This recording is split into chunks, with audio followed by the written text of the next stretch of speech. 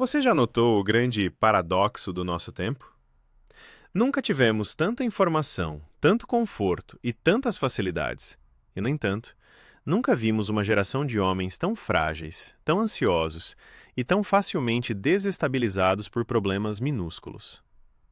A verdade que ninguém quer admitir é que o conforto contínuo está destruindo a mente masculina. Você se sente exausto mesmo quando não fez esforço físico. Você se irrita com mensagens no celular, com o trânsito, com a opinião de estranhos na internet. Enquanto você gasta sua energia mental reagindo a um mundo que você não controla, existe um grupo muito pequeno de homens que simplesmente observa. Eles não se abalam, eles não reagem, eles dominam. E a diferença entre você e eles não é dinheiro, nem genética. É um sistema operacional mental que foi desenhado há séculos, mas que apenas 1% dos homens tem a coragem de aplicar hoje. Hoje, nós vamos expor 9 práticas específicas. Não são teorias bonitas.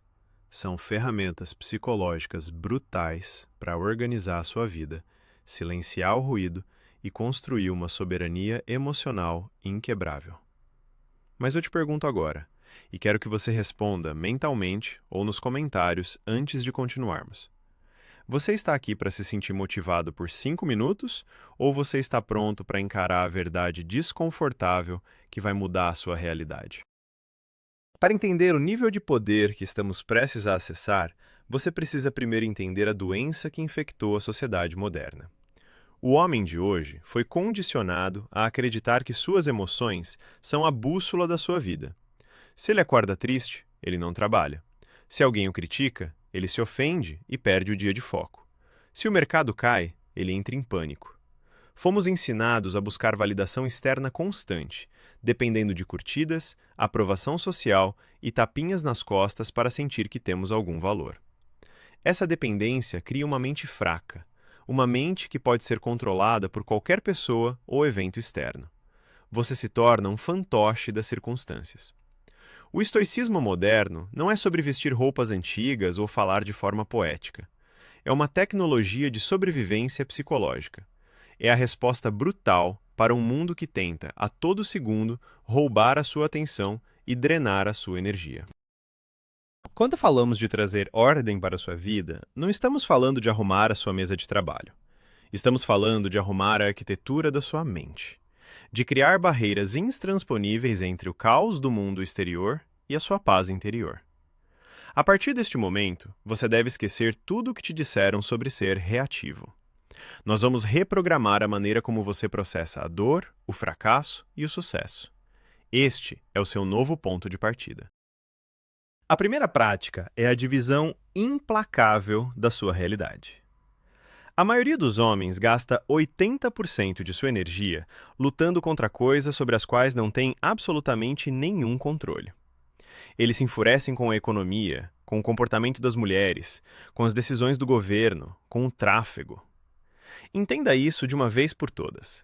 A raiva direcionada a algo que você não pode mudar é a maior assinatura de um homem impotente. É o equivalente psicológico de gritar com uma tempestade por estar chovendo. O homem superior entende a linha invisível que divide o mundo. De um lado, o que não está sob seu controle: o passado, a opinião alheia, os resultados externos. Do outro lado, seu único e verdadeiro domínio: suas crenças, suas ações, seus impulsos e suas respostas. Quando você internaliza essa primeira prática, um peso colossal desaparece de seus ombros. Você para de tentar consertar o incontrolável e foca como um laser naquilo que você domina, a sua percepção, o seu esforço. Isso não é passividade, é eficiência brutal. Enquanto os fracos reclamam das regras do jogo, você estuda como jogar melhor com as cartas que tem nas mãos. Essa separação entre o que é seu e o que é do mundo exige um treinamento diário. Pense na última vez em que alguém o insultou ou duvidou da sua capacidade. O seu primeiro instinto, condicionado pela fraqueza moderna, foi justificar, atacar de volta ou sentir pena de si mesmo. Você entregou o controle remoto da sua mente para um estranho. A prática estoica exige que você pause entre o estímulo e a sua reação. O homem comum age no impulso. O homem extraordinário cria um espaço de milissegundos onde ele escolhe a sua resposta. Nesse espaço reside todo o seu poder. Se alguém tenta te ofender e você não aceita a ofensa continua pertencendo ao agressor. É como alguém tentar te entregar um pacote cheio de lixo. Se você não estender as mãos para pegar, o lixo continua sendo problema do outro. Dominar essa separação não te torna frio, te torna intocável. Você começa a ver os ataques, os imprevistos e as crises não como tragédias, mas como simples dados em uma equação. E dados não têm sentimentos. Eles apenas exigem uma solução lógica e calculada. A segunda prática é a remoção da narrativa dramática. Nós somos viciados em contar histórias tristes sobre nós mesmos. Um evento ruim acontece, como perder o emprego ou o fim de um relacionamento, e a nossa mente imediatamente adiciona camadas e camadas de drama. Dizemos a nós mesmos: a minha vida acabou, eu nunca vou me recuperar, eu sou um fracasso. Perceba o truque sujo da sua própria mente. O evento objetivo foi apenas um. O contrato de trabalho foi encerrado, ou a pessoa foi embora. Ponto final. Tudo o que vem depois disso é um roteiro de filme que você mesmo está escrevendo para justificar a sua paralisia. O homem forte enxerga os fatos sem os adjetivos emocionais. Ele pratica a visão objetiva. Uma cadeira é apenas madeira e pregos. Um fracasso financeiro é apenas um saldo negativo no banco que exige novas estratégias de geração de capital. Despir a realidade do seu drama emocional é um superpoder. Quando você remove a autopiedade, a única coisa que sobra é a ação necessária. Para aplicar essa visão objetiva na prática, você deve começar a policiar o seu vocabulário interno. As palavras que você usa para descrever a sua vida moldam a sua percepção da realidade. Homens fracos usam palavras absolutas e emocionais. Isso é um desastre, estou destruído, é impossível. O homem que opera com a segunda prática estoica usa uma linguagem cirúrgica. Isso é um contratempo, isso é inesperado, isso exige adaptação. Ao diminuir o peso das palavras, você diminui a carga de cortisol e estresse no seu cérebro. Você mantém o batimento cardíaco baixo enquanto todos ao seu redor estão em pânico. Lembre-se, as coisas em si não são boas nem ruins. É a nossa avaliação sobre elas que cria o nosso sofrimento. O evento é neutro, até que você dê a ele um significado. Se você escolher dar a cada obstáculo o significado de um treinamento, você nunca mais será vítima de nada. Você será um aluno constante da adversidade. Essa mudança de lente muda tudo. Chegamos à terceira prática, e esta é talvez a mais difícil para o ego humano engolir: o abraço total do destino. Não basta apenas aceitar o que acontece, isso é resignação. A resignação é passiva, é triste. O nível de elite do controle mental exige que você ame o que acontece. Esta é a transformação da dor em combustível puro. Imagine que você planejou um projeto por meses e, no último minuto, tudo desmorona devido a um fator imprevisível. O homem médio fica remoendo o passado, vivendo na terra imaginária do "e se eu tivesse feito diferente?". O homem de poder olha para a ruína do seu projeto e diz: era exatamente isso que precisava acontecer. O obstáculo não está no caminho. O obstáculo é o caminho. O que quer que o universo, a vida ou as circunstâncias joguem na sua direção, você não apenas aceita, você devora. Você transforma o problema na matéria-prima da sua evolução. A ilusão do arrependimento é um poço sem fundo que suga a força vital dos homens. O arrependimento pressupõe que o passado poderia ter sido alterado. É uma falha lógica. O passado está morto e cristalizado. Ao amar o seu destino, você não perde um único segundo desejando que as coisas tivessem sido mais fáceis. Você entende que a força que você pediu não vem em pacotes confortáveis. A força é forjada sob pressão. Se você pediu sabedoria, a vida te dará problemas complexos para resolver. Se você pediu resiliência, a vida te dará pessoas difíceis para lidar. Reclamar da tempestade quando você orou por água é uma hipocrisia existencial. A terceira prática te ensina a sorrir diante da calamidade. Quando o caos bater à sua porta, a sua resposta interna não deve ser "por que eu?", mas sim tente me quebrar. Essa mudança agressiva de postura transforma o medo em foco e a ansiedade em ação imediata. A quarta prática vai contra tudo que a sociedade de consumo te ensina: a busca voluntária pelo desconforto. Hoje, o objetivo da vida moderna é a maximização do conforto. Ar-condicionado, comida entregue na porta, entretenimento infinito em telas brilhantes. Mas o conforto é um anestésico letal para a ambição e para a força de caráter.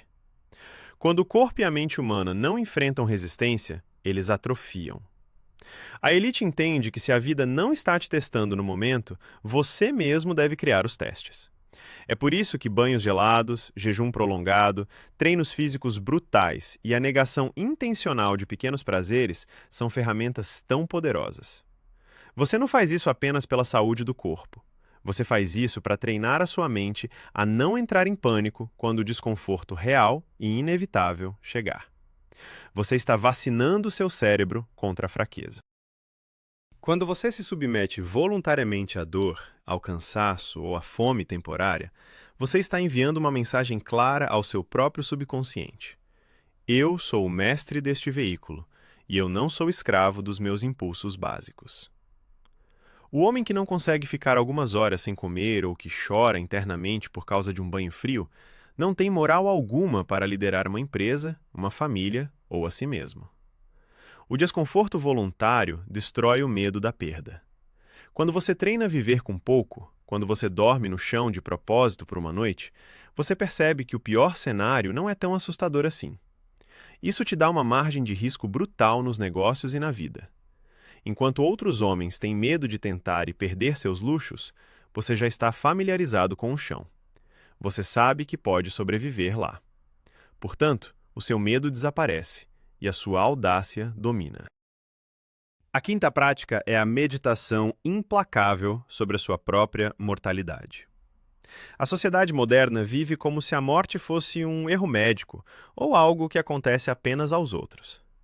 Nós empurramos a ideia da morte para debaixo do tapete e, como resultado, vivemos como se tivéssemos séculos pela frente. Deixamos conversas importantes para o ano que vem. Adiamos nossos projetos, toleramos relacionamentos medíocres e empregos que odiamos porque achamos que temos tempo infinito. A compreensão nítida e fria de que você pode deixar de existir hoje é o maior antídoto contra a procrastinação. O homem que entende o relógio invisível correndo contra ele não perde tempo discutindo em redes sociais ou buscando agradar pessoas que não importam. A morte é o grande filtro que separa as banalidades do que tem real significado. Manter a consciência da sua mortalidade não é ser sombrio ou depressivo. Muito pelo contrário. É a maior fonte de urgência e clareza que existe. Quando você acorda e lembra que o seu tempo é a única moeda que não pode ser recuperada, o seu foco se torna afiado como uma lâmina. Você começa a dizer não com facilidade. Não para convites inúteis, não para distrações baratas, não para a mediocridade. Se você soubesse que tem apenas mais um mês de mente lúcida, como você agiria hoje? Você se importaria com a opinião do seu colega de trabalho ressentido? Você teria medo de arriscar naquele projeto? Claro que não. A prática de lembrar da morte arranca a máscara de todas as ilusões da vida moderna. Ela te obriga a viver com intenção pura e implacável. Você para de se preparar para viver e começa a executar a vida agora, neste exato momento. A sexta prática envolve o desapego emocional dos resultados. Nós fomos ensinados que a felicidade está no pote de ouro no fim do arco-íris. Se eu conseguir aquele salário, serei feliz. Se eu conquistar aquela mulher, estarei completo. Essa é uma armadilha psicológica que garante a sua infelicidade constante. Você coloca o seu valor nas mãos de variáveis futuras que você não domina. O homem inabalável transfere todo o seu foco para o processo. O seu objetivo deixa de ser ganhar o jogo e passa a ser jogar o jogo de forma impecável. Se você treina todos os dias, trabalha com excelência e toma as melhores decisões lógicas, você já venceu na esfera do que você controla. O resultado final, seja ele o aplauso ou a vaia, a promoção ou a demissão, pertence ao acaso e ao mercado. Desvincular o seu ego do resultado te torna invulnerável às flutuações da vida. Este nível de desapego é o que cria a verdadeira consistência. Pessoas comuns desistem na primeira falha, porque o ego delas estava amarrado ao sucesso imediato. Como o sucesso não veio, a identidade delas foi fraturada. O praticante desta filosofia avalia a derrota friamente. Ele olha para o processo e pergunta: eu fiz tudo o que estava ao meu alcance? Minha disciplina foi mantida? Se a resposta for sim, não há motivo para frustração. O resultado negativo é apenas uma métrica indicando que a estratégia precisa de ajustes, e não uma condenação do seu valor como homem. Quando você se apaixona pela execução diária e pelo esforço repetitivo e se torna indiferente ao troféu, ironicamente, é quando os troféus começam a acumular, porque você operará sem a ansiedade do desempenho, movendo-se com uma precisão cirúrgica e calma. A sétima prática é a construção da cidadela interior. No mundo corporativo, nas ruas e nas redes sociais, você está constantemente sob fogo. Pressões, manipulações, críticas e expectativas irracionais são jogadas sobre você o tempo todo. Se a sua mente for um campo aberto, qualquer pessoa pode entrar e plantar lixo lá dentro. A cidadela interior é um estado mental de isolamento estratégico que você pode acessar a qualquer momento, mesmo no meio do caos mais absoluto. É a capacidade de recuar para um espaço sagrado dentro da sua própria cabeça, onde nada e ninguém pode tocá-lo. É o seu refúgio de silêncio absoluto. Homens fortes cultivam a solitude, não a solidão. Eles precisam de momentos regulares de isolamento físico e mental absoluto para reorganizar seus pensamentos, sem telas, sem música e sem vozes alheias. A falta de silêncio na vida do homem moderno é a causa raiz da sua confusão mental. Se você está sempre consumindo informações, ouvindo podcasts, assistindo vídeos ou conversando, o seu cérebro nunca tem tempo para processar e estruturar a sua própria intuição.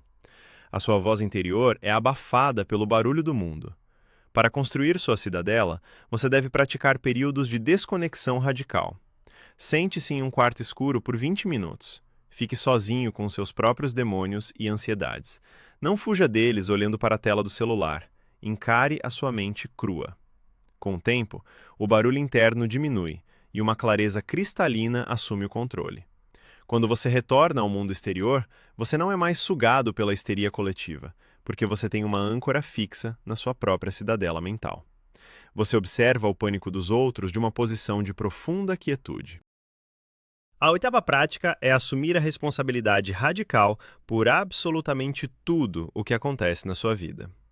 Esta é a pílula mais amarga de engolir, mas é a que mais gera poder. A cultura moderna incentiva o vitimismo em massa. Sempre há um culpado conveniente para as nossas falhas.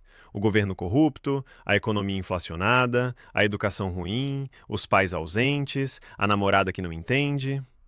Escute com muita atenção. Mesmo que não seja sua culpa, é sua responsabilidade. Se alguém bate no seu carro enquanto você está parado, a culpa é do outro. Mas a responsabilidade de lidar com a situação, pagar a franquia, arrumar o carro e não perder a cabeça é 100% sua. Enquanto você apontar o dedo para fora, você entrega o poder de mudança para as mãos do culpado. E adivinhe? O culpado não vai consertar a sua vida.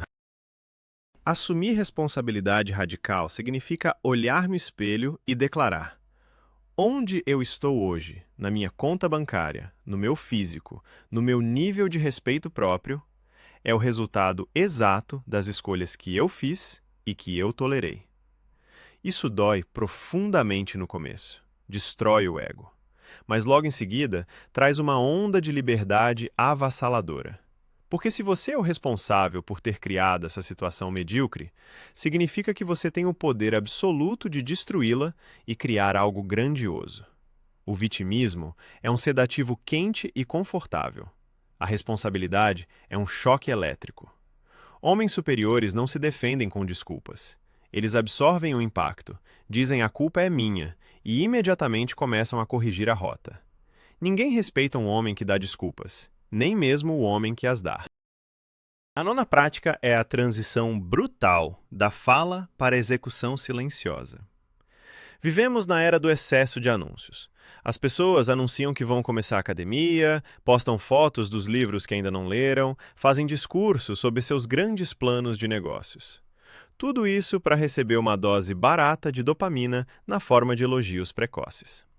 A sabedoria antiga nos alerta: quanto mais você fala sobre um objetivo, menos probabilidade você tem de concretizá-lo.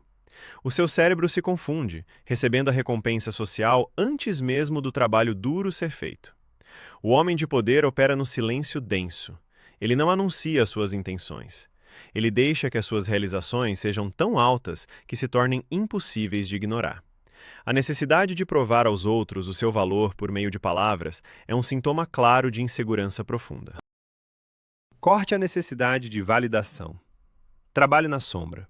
Enquanto seus concorrentes estão postando sobre a jornada deles, você está focado no trabalho maçante, invisível e repetitivo que realmente constrói impérios e forja o caráter. Quando você para de explicar quem você guarda toda essa energia verbal para direcioná-la à ação. As pessoas começam a notar que há algo diferente em você. A sua presença se torna mais pesada, o seu olhar se torna mais penetrante. Porque você não é mais um vendedor de ilusões, mas um executor impiedoso da realidade. A disciplina de manter a boca fechada e a mente focada é o teste final do autocontrole. Você se torna um enigma para a maioria, mas um mestre sobre si mesmo. Essas 9 práticas não são um menu onde você escolhe apenas o que é confortável. Elas formam um ecossistema mental. A percepção da dicotomia do controle te dá foco. A visão objetiva te tira o drama. O amor ao destino transforma sua dor em combustível. O desconforto voluntário forja seu escudo. A consciência da mortalidade calibra sua urgência. O desapego ao resultado garante a sua resiliência a longo prazo. A cidadela interior protege a sua sanidade no caos. A responsabilidade radical elimina o seu vitimismo, e a execução silenciosa transforma a teoria em poder material e tangível. Falhar em uma dessas frentes é deixar uma brecha aberta nas muralhas da sua mente, por onde a fraqueza moderna vai entrar e tentar corromper você novamente. Aplicar isso exige um nível de autopoliciamento que pouquíssimas pessoas suportam. Haverá dias em que o instinto de reclamar gritará na sua garganta. Dias em que a autopiedade parecerá um cobertor quente no meio do inverno. É exatamente nesses micromomentos que a guerra é vencida ou perdida. O estoicismo não é a ausência de emoção, é a domesticação da emoção. É você colocar uma coleira no cão selvagem da sua mente e dizer: eu digo para onde vamos. Ao integrar essas 9 práticas no seu código de conduta diário, você se eleva além da massa que apenas reage. Você se torna um arquiteto do próprio destino. Inabalável, frio quando necessário, focado de forma letal e, acima de tudo, livre. Nós destrinchamos a anatomia do controle mental. Você não é mais o mesmo homem que apertou o play neste vídeo alguns minutos atrás. Porque agora, a ignorância não é mais uma desculpa. Você tem em suas mãos as exatas ferramentas táticas que separam os fracos dos soberanos. Mas lembre-se, o conhecimento sem execução é apenas uma ilusão de superioridade. O verdadeiro poder não está em entender essas 9 práticas, mas em ser testado por elas amanhã de manhã e escolher agir como um homem forte e não como uma vítima das circunstâncias. Eu agradeço por você ter investido seu ativo mais valioso, o seu tempo, para expandir sua mente aqui hoje. Se este nível de verdade serviu para afiar o seu intelecto, deixe o seu respeito através do like e inscreva-se neste espaço reservado apenas para aqueles que buscam a excelência implacável. Eu deixo você com um desafio e quero ler a sua resposta nos comentários. Qual dessas 9 práticas você tem negligenciado e qual delas você vai aplicar brutalmente a partir de hoje?